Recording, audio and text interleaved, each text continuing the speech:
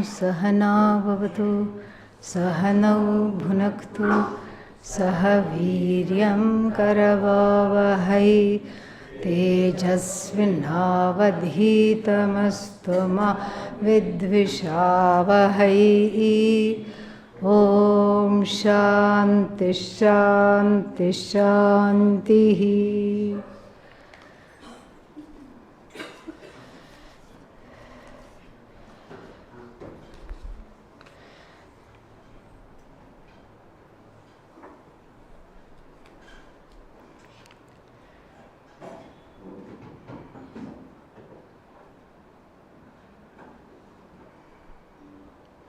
How to practice the vision of non-division when faced with news that shows the worst of humanity, worst side of humanity, wars, violent crimes. How can we see Bhagavan in people who deliberately commit evil?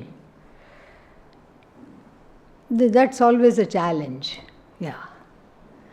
It's nice to see Bhagavan in all the nice things.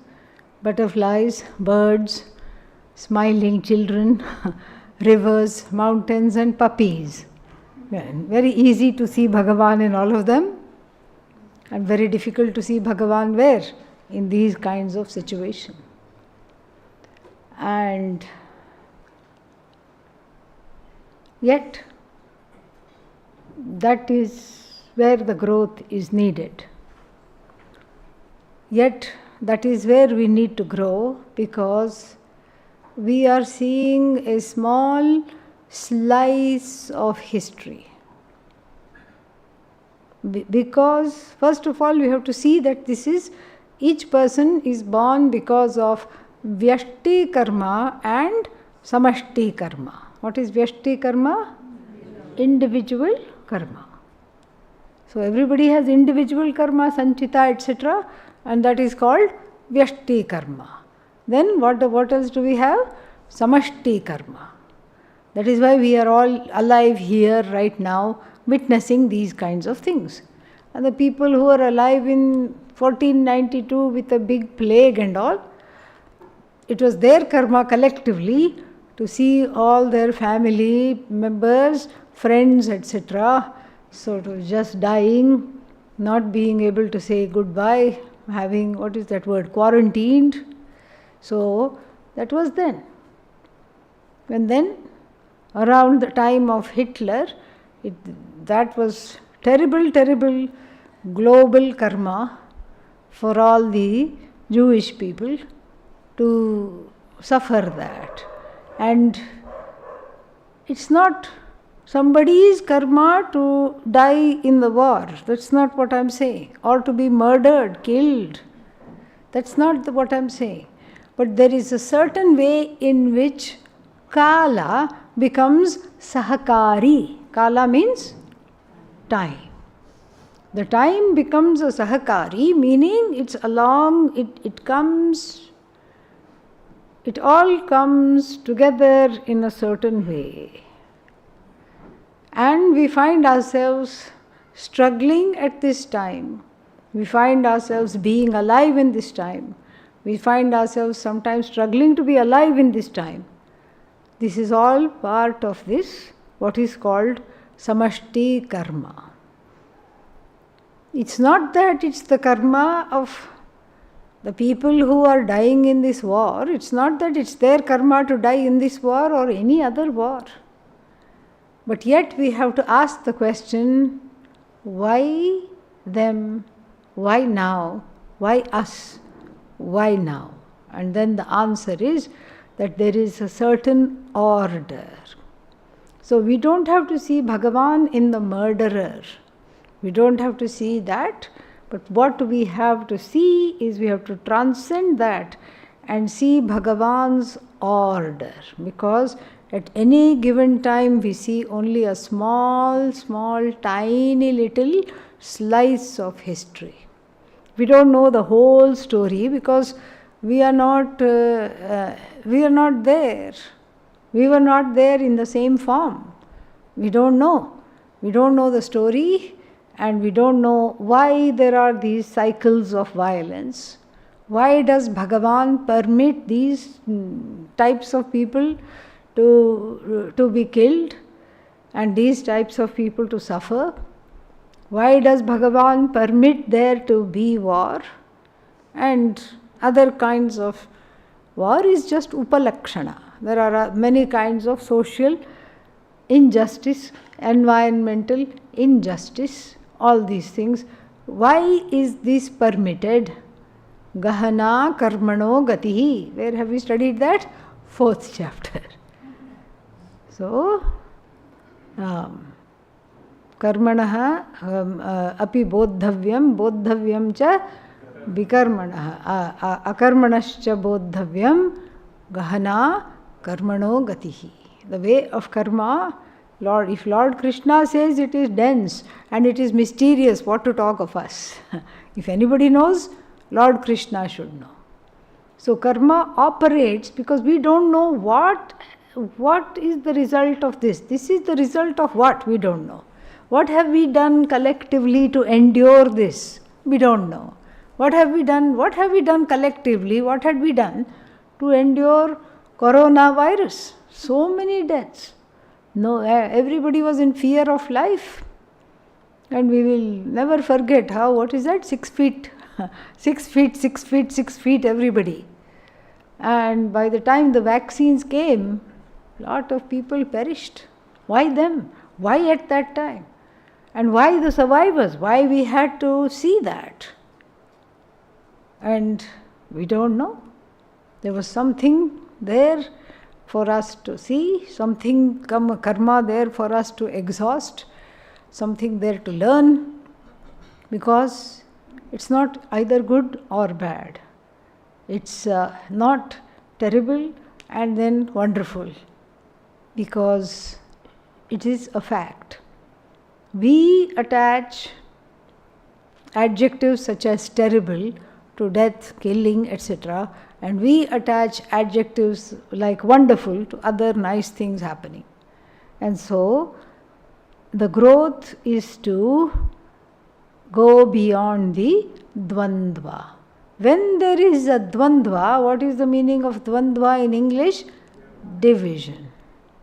So wherever there is division in the heart, then the vision of no division will escape us.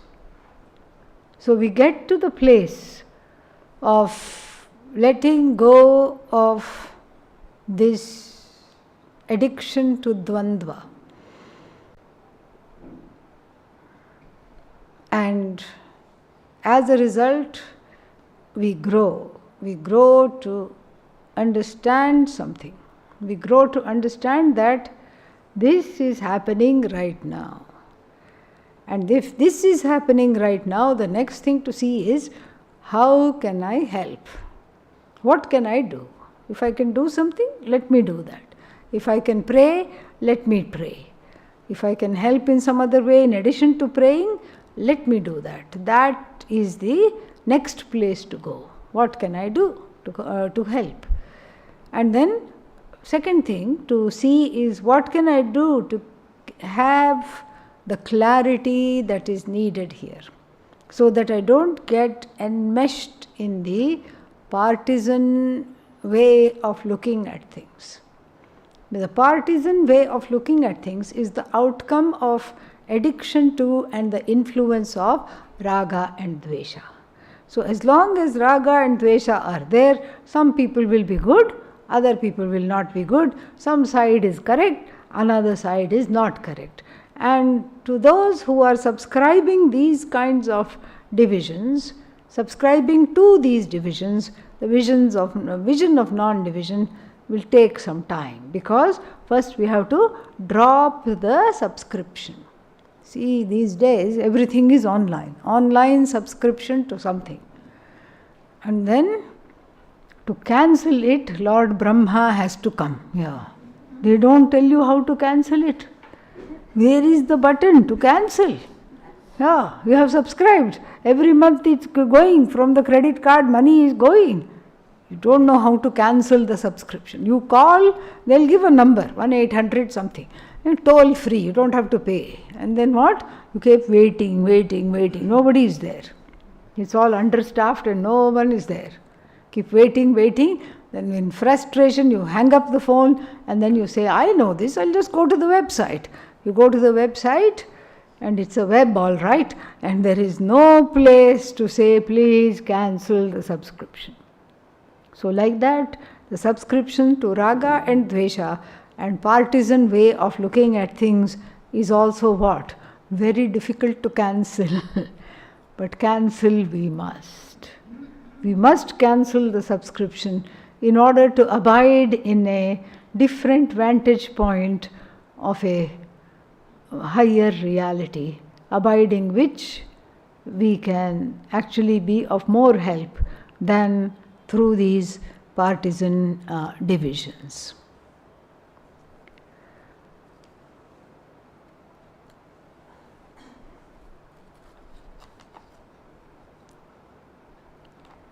I am finding it bit difficult to understand something. The Ramayana, Bhagavad Gita are considered smritis that were born out of the minds of Vyasa, Valmiki. Therefore, saying that this is the word of Bhagavan is like like using a metaphor because they were jnanis who composed the teaching.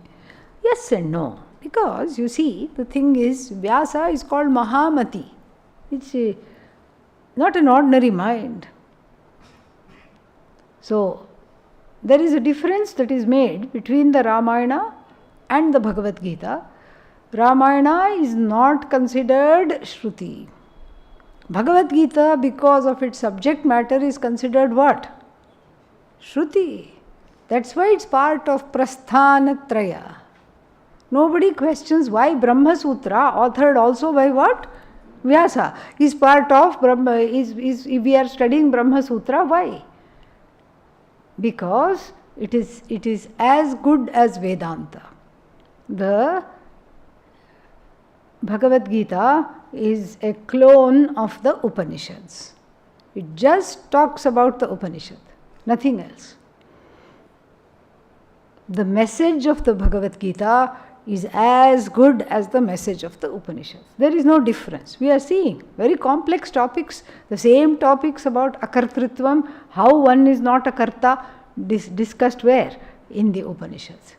And the same complex topic of karma yoga, vividisha sannyasa, and then the knowledge itself, which is known as vitvat sannyasa. All this is studied and discussed at length in the Upanishads. So the Bhagavad Gita is known as Gitopanishad. Gitopanishad because it is seen as not Vyasa's work but something that was channeled by Vyasa. Bhagavan was speaking and then he wrote it down quickly and he could not write it down. He said, Ganesha, come here, take dictation. And this is how the whole Mahabharata was written. Take dictation. And Ganesha doesn't do anything for free. Okay.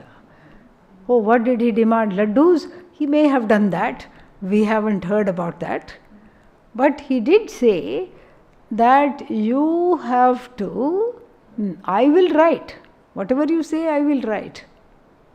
And I will write as fast as you say. But the condition for my taking dictation, you have to understand everything that you are saying. And so therefore in the Mahabharata, so Ganesha has to understand everything he is writing, correct? Otherwise Ganesha cannot write. So Vyasa is keeping on saying very quickly, Ganesha says, I should not be idle. You have to keep on dictating until it is finished. We are not going to get up.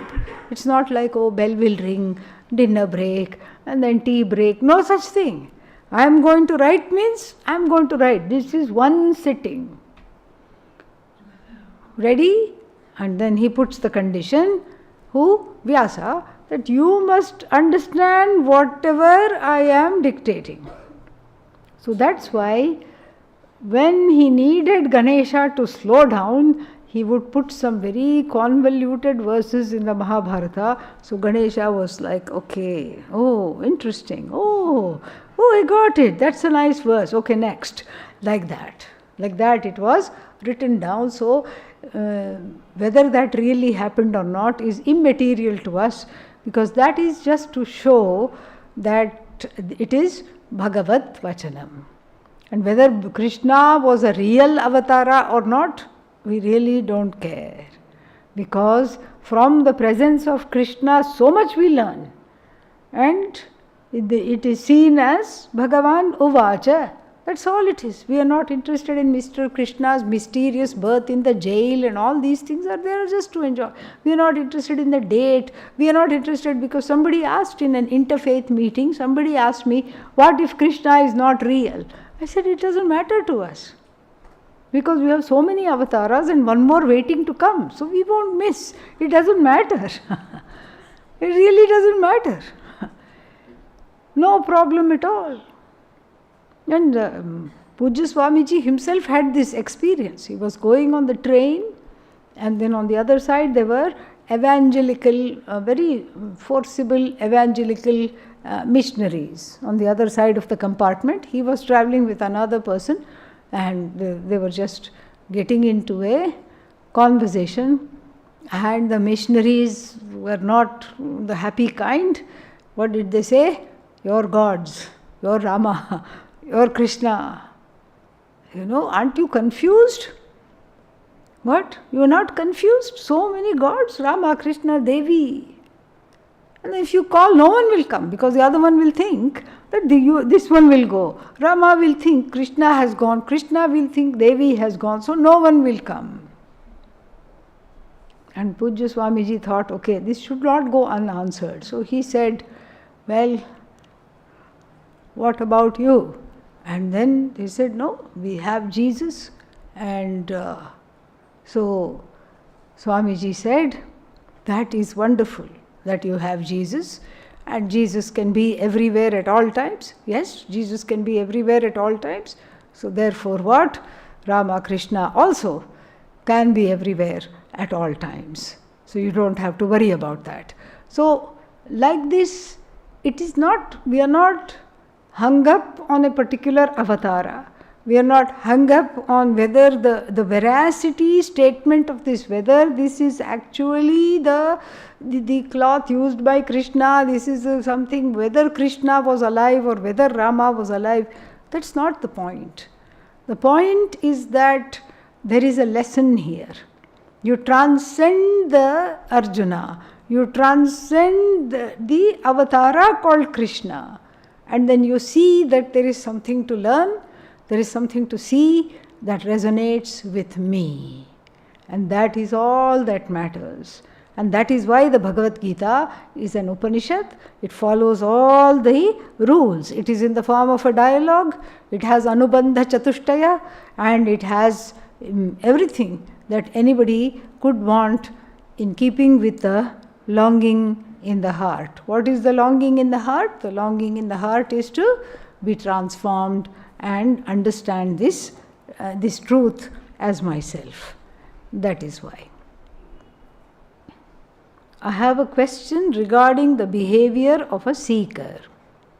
Sometimes there is a perception that a person studying Vedanta should always be serious, quiet. Oh, I better shape up.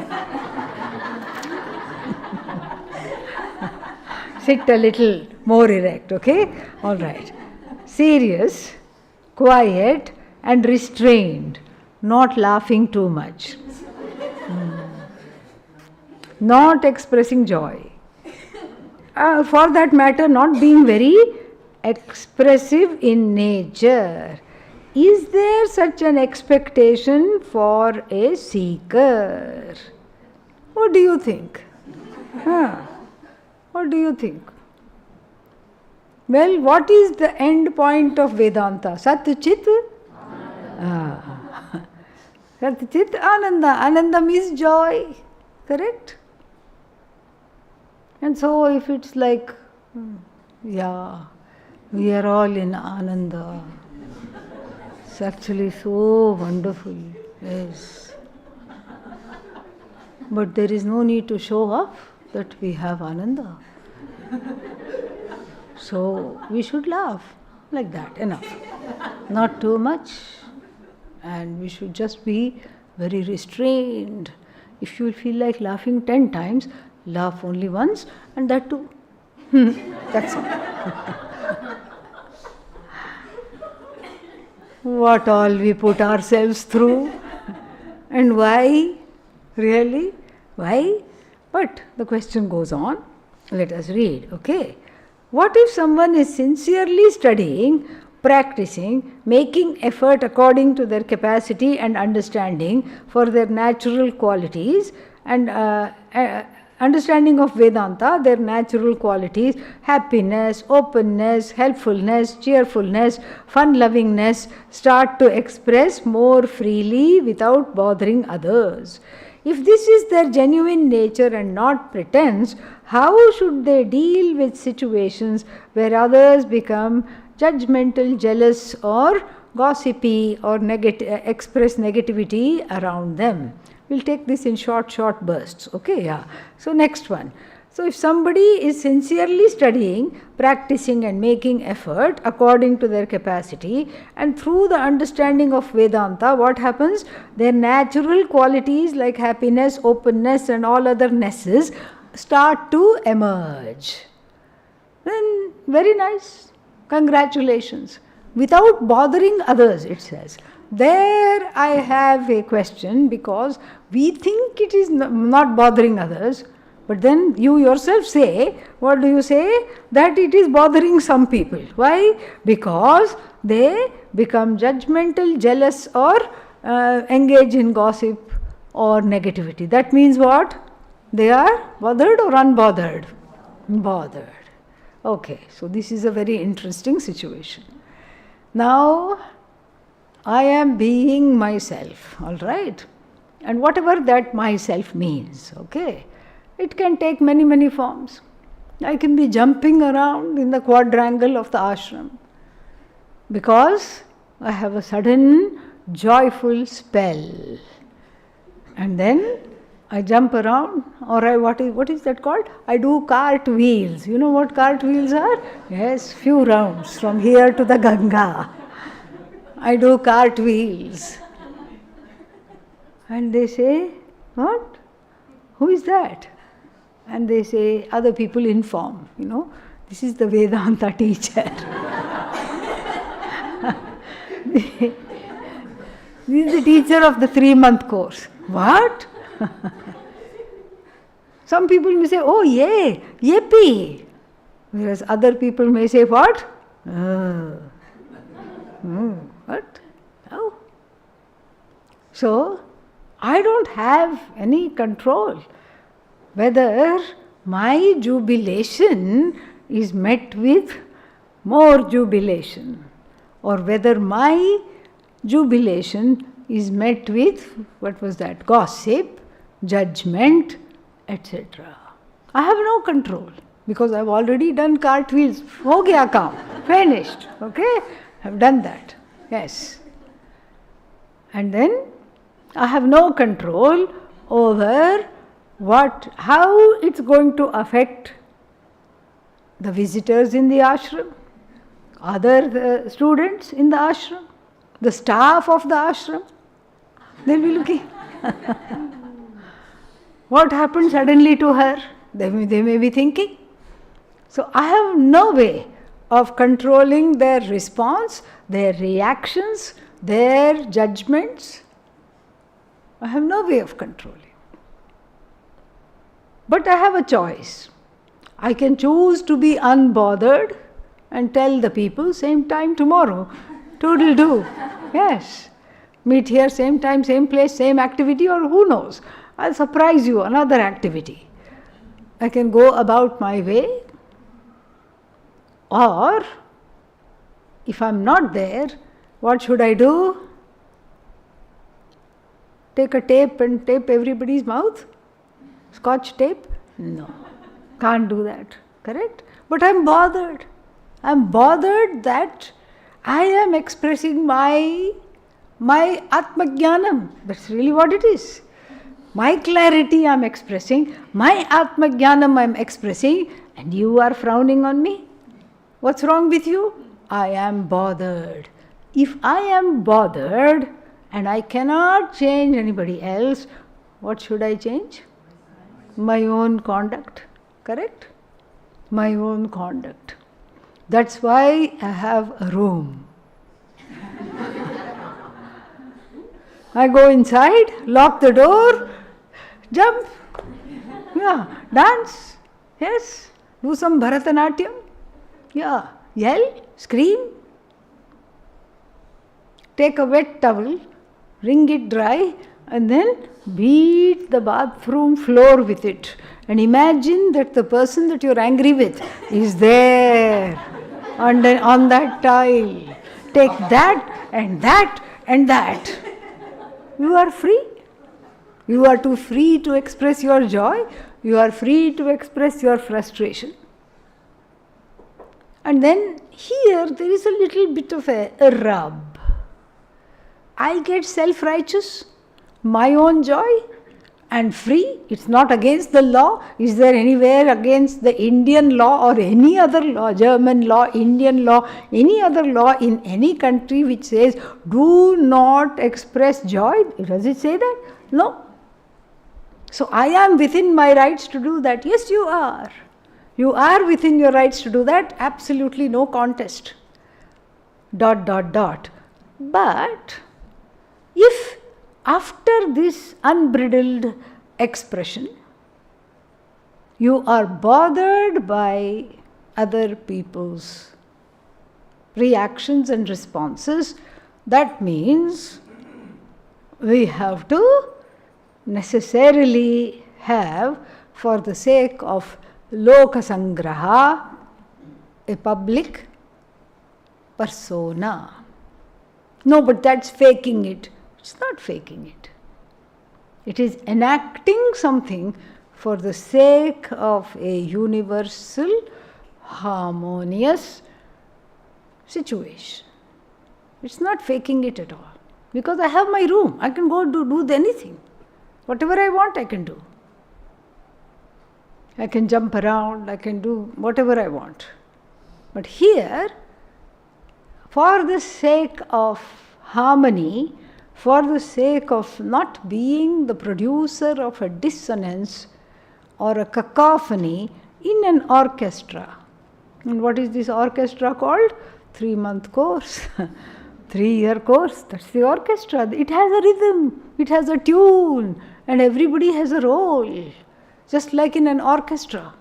In the orchestra, the violinists, all of them are standing on one side, they have to play. They have to play when the conductor goes like that, it's their turn to play. There are vocalists, they chant, they are a part of this choir. And then there is people who are on the percussion instruments. And then there is someone who keeps going like this, the conductor, sometimes with a baton. And so everybody has a role. And then the performance of these roles individually lead to collective harmony, which is my contribution. My contribution to this harmony cannot be overlooked. It's a very important contribution. And so therefore, in order to safeguard myself, I do this for 2 reasons. First of all, who wants this negativity? Raise the hands. Who wants judgment? Who wants, what else was it? Jealousy. Who wants to be gossiped? Anybody? Am I missing anybody in the back? No. I don't want that. Nobody wants that. And if nobody wants that, then so in not engaging in unbridled expression, what am I doing? Safeguarding this tender heart. Everybody has a tender heart. It has to be protected. I am the one to protect it. Nobody else will come and say, let me protect your heart. You have to do it for yourself. So the first contribution is to yourself. You are protecting your heart from needless chatter, needless judgment, needless pain, etc. And then, second thing is, you are contributing towards a universal communal harmony. Then further, the question says, should the seeker try to change their natural expression to fit others' expectations? No. Or simply continue living authentically while remaining focused on their path. If you can do that without worrying about other people's expectations, then you can do that. But if you can't do that, it's not that you change the expression to others' expectations. You change the expressions, I want to edit the word change the expression, the phrase. I would say that I would keep my joy more to myself. Yeah. That's all it is. It's not changing the expression. It's not that I'm becoming less joyful. Joy is there. But like an ocean. The ocean can be a roaring ocean one day, and another day when I look at it, it's a calm ocean. But it's still limitless, it is still huge, it is Purna. Apuryamanam achala pratishtham samudramapah pravishanti yadvat tadvat kamayam pravishanti sarve sashantim apnoti na kamakami. This is exactly what Lord Krishna says in the end of the second chapter, towards the end, and he says, the Jnani, talking of the Jnani Lakshana, the Jnani is like what? An ocean. Apuryamanam, full of oneself, full of that joy.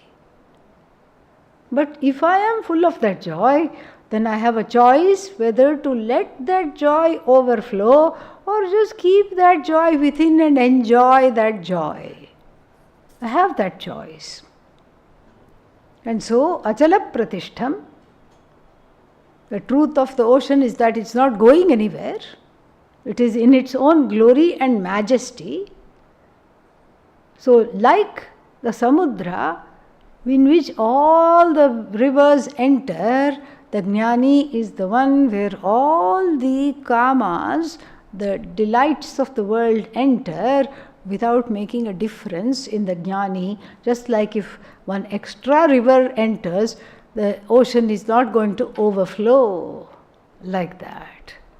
So, a person who is in that form, sashantim apnoti, not the one who is kamakami. And so in this way, you don't change, you continue to live authentically, but you can see that if you are bothered by other people and if you feel like you are a fish out of water, then you protect your heart by going along, by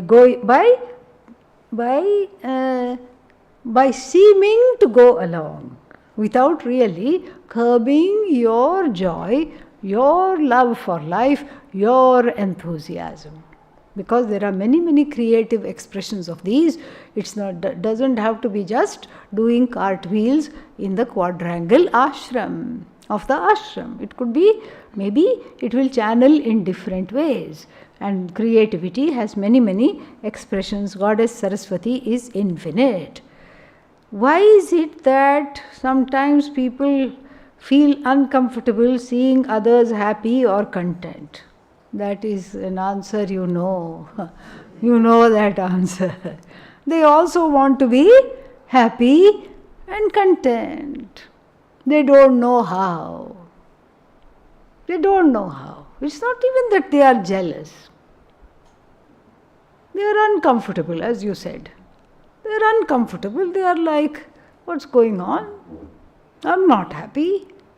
And then most of the people in the ashram are just, what is that? Seem to be serious students, and here is one who is a outlier. And so that person becomes a lightning rod. And in this path of Atmajnanam, we try to avoid that for our own protection. That's why it's like, even though the person who is coming out of their shell in joy and in everything, even though that person is genuine and sincere and everything, for their own protection, it is recommended that that joy is not toned down, not muted down, but enjoyed mostly for oneself and a few others who do not get sad encountering this joy. And then from a practical perspective, when a student finishes the 3-month course and goes back to regular life, they may face such reactions from people. How to handle it? Yeah, this question usually comes around April 15th. So, because that is when people are going back. Now, in this batch, people are early. They are trying to prepare. So, yeah, because you see, they haven't seen you for 3 months. Even if they came to visit in the ashram, it doesn't count, because they have seen you in a different surrounding and they are just waiting. Let them come back. Yes, let me welcome them back into samsara. Ajao. They are waiting. And also they are waiting because they might have been intrigued. What did you go there and do? 3 months. 3 months of your life. What did you do? And then this is how in the world we see. What is this? This is a kind of a question we ask in samsara.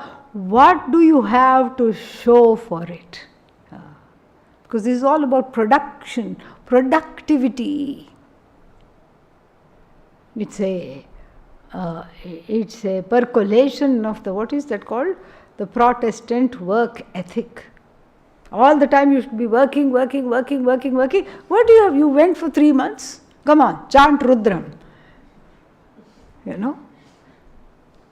And then, after a little while, there will be whispers. Chapter 4 and 5 of the Bhagavad Gita, they say they have studied, no effect. Still they are getting angry, see? And then when you are confronted with that kind of a statement, what will you do? Get more angry. So, it's of no use to try to tell people what you have done.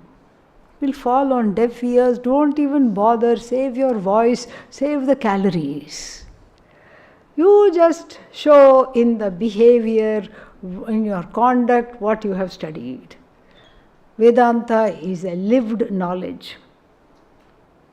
So when they see that you are not reactive, it's like poking a turtle. Children do that. They go and poke it. It withdraws. It's got this. You can poke it as much as you want. It will not come out. It will not react. After a while, when everybody goes away, it will come out and slowly move out of that place. So it's like that.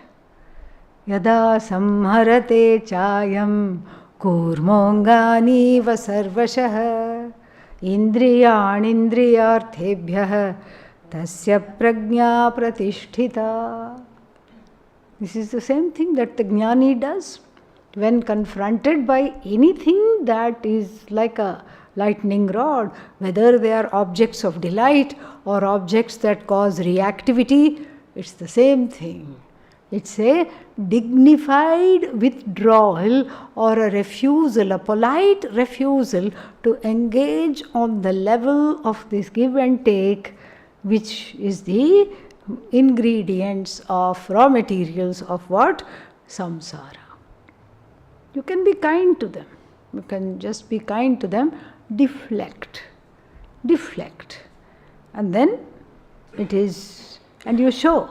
Don't say what you have studied, show what you have studied, and then they will understand much better.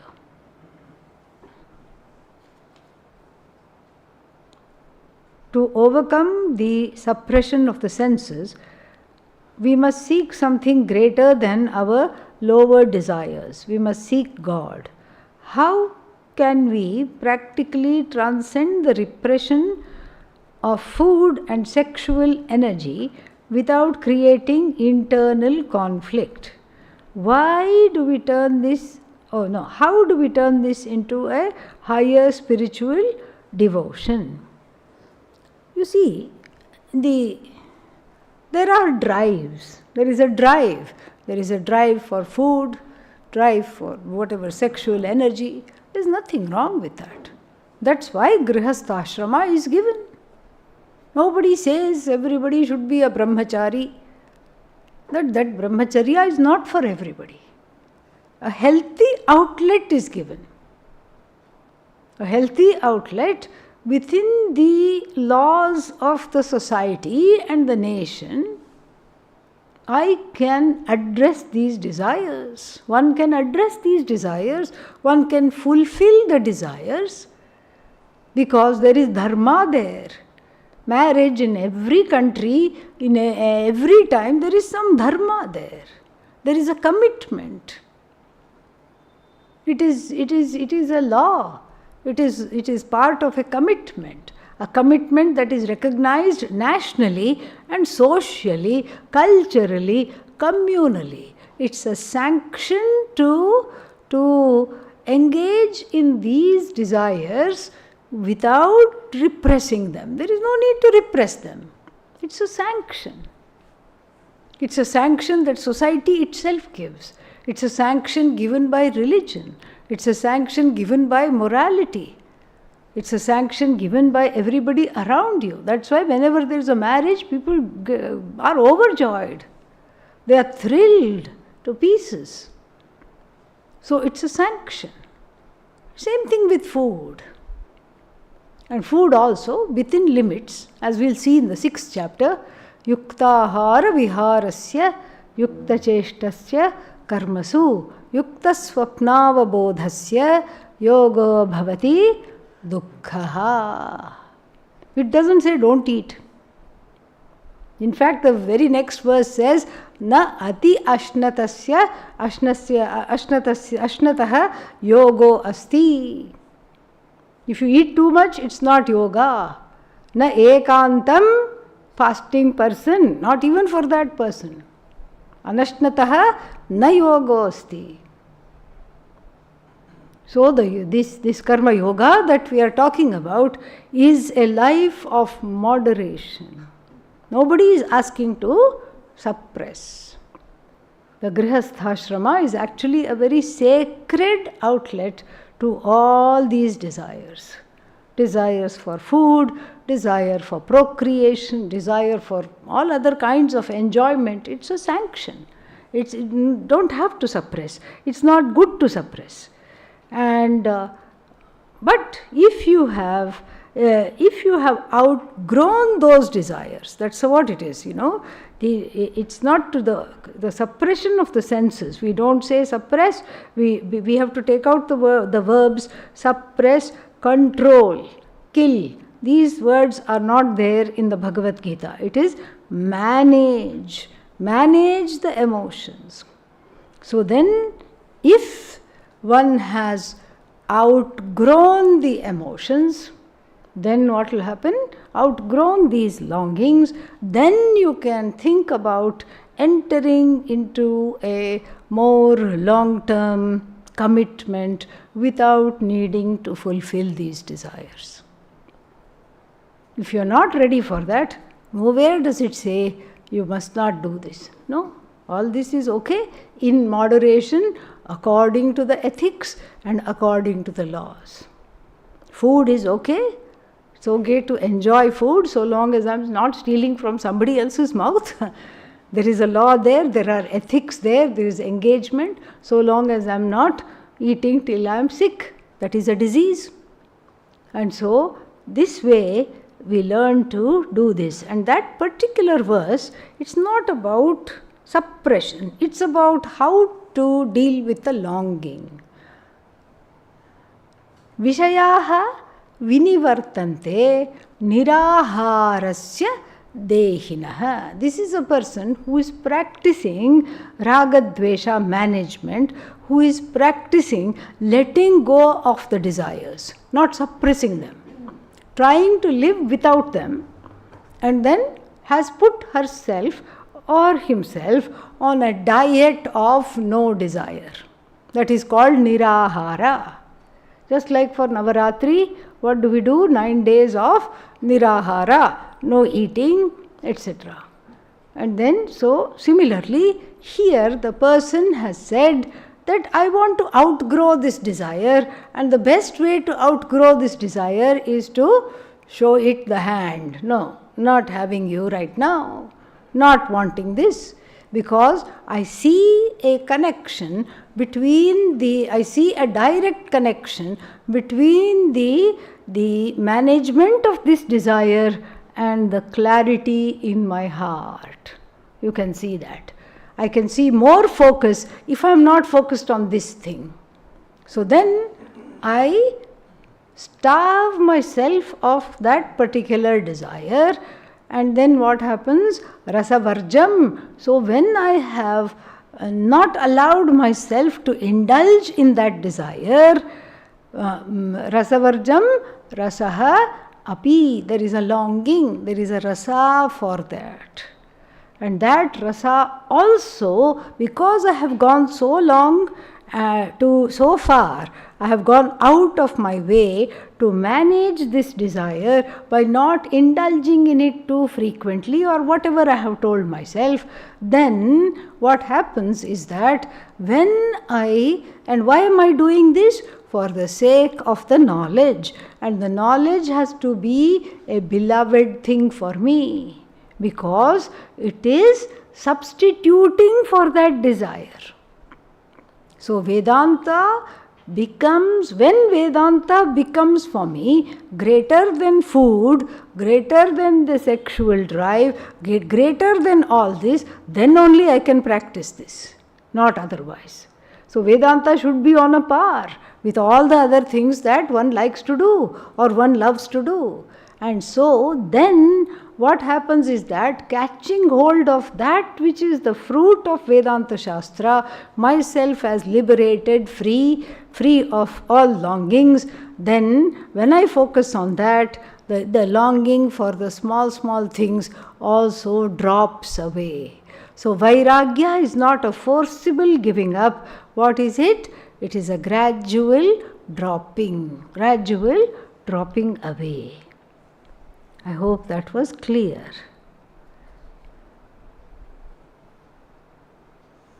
The knowledge is in the center as it is, not as the doer wanted it to be. What should it be to surrender with sincerity? Yeah, the knowledge is Vastu Tantram. Vastu Tantram, Tantram centered on, dependent on object. Action is doer Tantram, Kartri Tantram, centered on the will of the doer. And so this is what leads to surrender, because the knowledge is exactly how it is, not like how I want it to be. Vedanta has something to say, and Vedanta is a body of knowledge about me. It seeks to correct my sad, mad autobiography. The collective autobiography that we all write is very similar, different languages. Some languages you write left to right, other languages you write right to left, some languages you write top to bottom. And doesn't matter. The story is the same. Story is the same. And what is the story? A sad story of no love, victimization, pain, sorrow, which is to be continued forever and ever and ever. Do I like this autobiography? Absolutely not. Nobody in their right mind likes this autobiography, even though individually we have all written it and we continue to write it. And everybody is, writing the same thing. We cannot stand by this autobiography, which we ourselves have written. and then the ideas for the chapters have also come from the family, the ancestors, the society, etc. We are sick of this sad story because we know better. The truth of ourselves is not unfamiliar. If it is totally unknown, you cannot want something that is unknown. How can you desire something that is unknown? Oh, Swarga is unknown. No, but the Shastra, whichever Shastra it is, the scriptures keep talk of heaven as how what delightful it is. It is known paroksha jnanam. It is known indirectly. Remotely it is known. But something totally unknown, you cannot have a desire for it. So if you have the desire for Atma, it must be somewhat known, like our favorite creature. What is that? Rope snake. Rope is somewhat known. For me to make the mistake that it is a snake, Atma, I, is somewhat known to me. For me to, it is ripe for me to make this mistake, I am a samsari. So Atma Jnanam takes away that notion, I am a samsari. It is not dependent on me. Whether I like it or not, I am not a samsari. What if somebody says, I want to be a samsari? Then doesn't matter. Leave them alone. Leave them alone. Na buddhi bhedam janayet. Don't disturb them. Leave them alone. This is for people who say, I am sick of being a samsari. So therefore, given the fact that I have nothing to do with this, because this knowledge is exactly how it is, and this knowledge is exactly what I want to be, there is no other way than to surrender at its altar. I think these we can carry over tomorrow. What is tomorrow? Tuesday. Okay. Tomorrow or some other day, or maybe on Friday we will see it. Oh, what is this? Oh, very big question, nicely printed. If Brahman or Atma, see, this is to get attention. And it worked. Yeah, I'm reading it. Yeah. If Brahman or Atman is like the seventh mantra of Mandukya, which states it cannot be seen or described, then how is it recognized? Like even your question. Yes, because it is you, self-evident, self-conscious you. And if it is the medium of experience, then how can the word Tattvamasi reach realization? That part we will answer next time.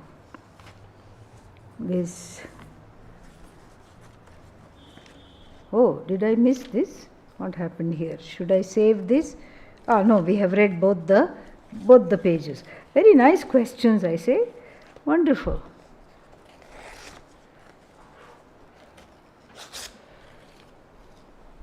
Om Purnamadah Purnamidam Purnat Purnamudachyate Purnasya Purnamadaya Nivavashishyate. Om Shanti Shanti Shanti.